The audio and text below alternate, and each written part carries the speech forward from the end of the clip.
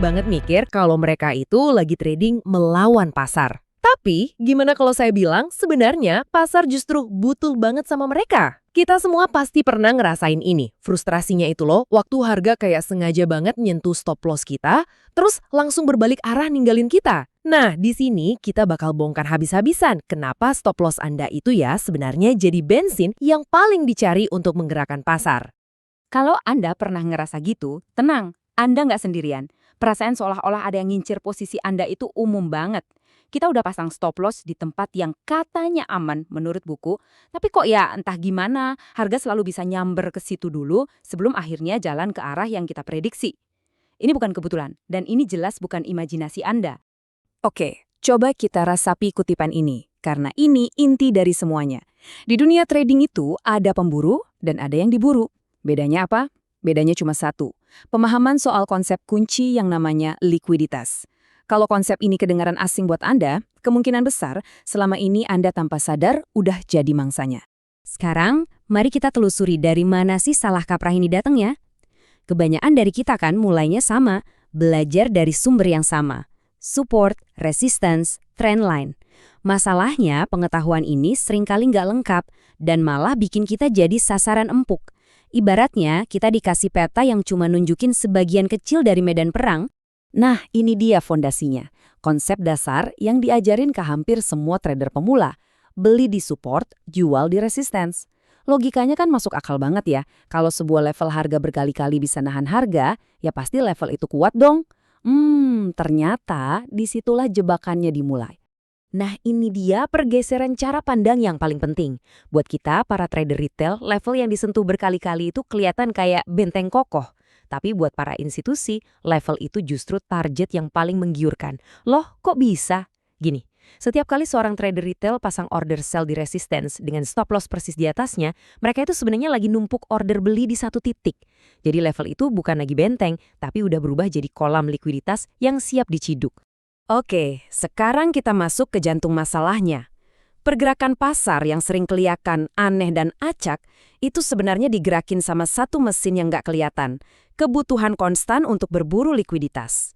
Jadi ini bukan soal market benci sama Anda secara personal, ini murni soal bisnis.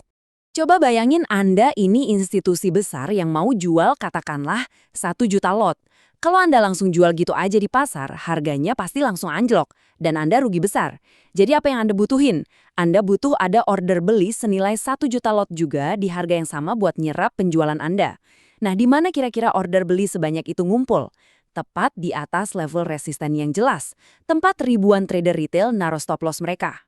Proses ini terjadi berulang-ulang setiap hari di semua pasar. Umpannya itu ya level support atau resisten yang kelihatan jelas banget dan pasti. Jebakannya itu adalah breakout yang bikin semua orang FOMO atau panik. Eksekusinya terjadi pas kepanikan massal itu dan pergerakan yang sebenarnya baru dimulai setelah uang besar udah berhasil masuk, ninggalin yang lain gigit jari. Jadi ini poin paling krusialnya, stop loss yang Anda pasang di posisi jual itu sebenarnya adalah sebuah order beli. Ketika ribuan order beli ini kepicu barengan, institusi besar langsung dapat likuiditas yang mereka cari-cari buat ngebuka posisi jual raksasa mereka. Anda itu bukan dilawan, Anda itu dimanfaatkan sebagai lawan transaksi. Dan ini dia statistik yang mungkin bikin kaget. Sekitar 70-80% dari semua breakout itu ujung-ujungnya gagal.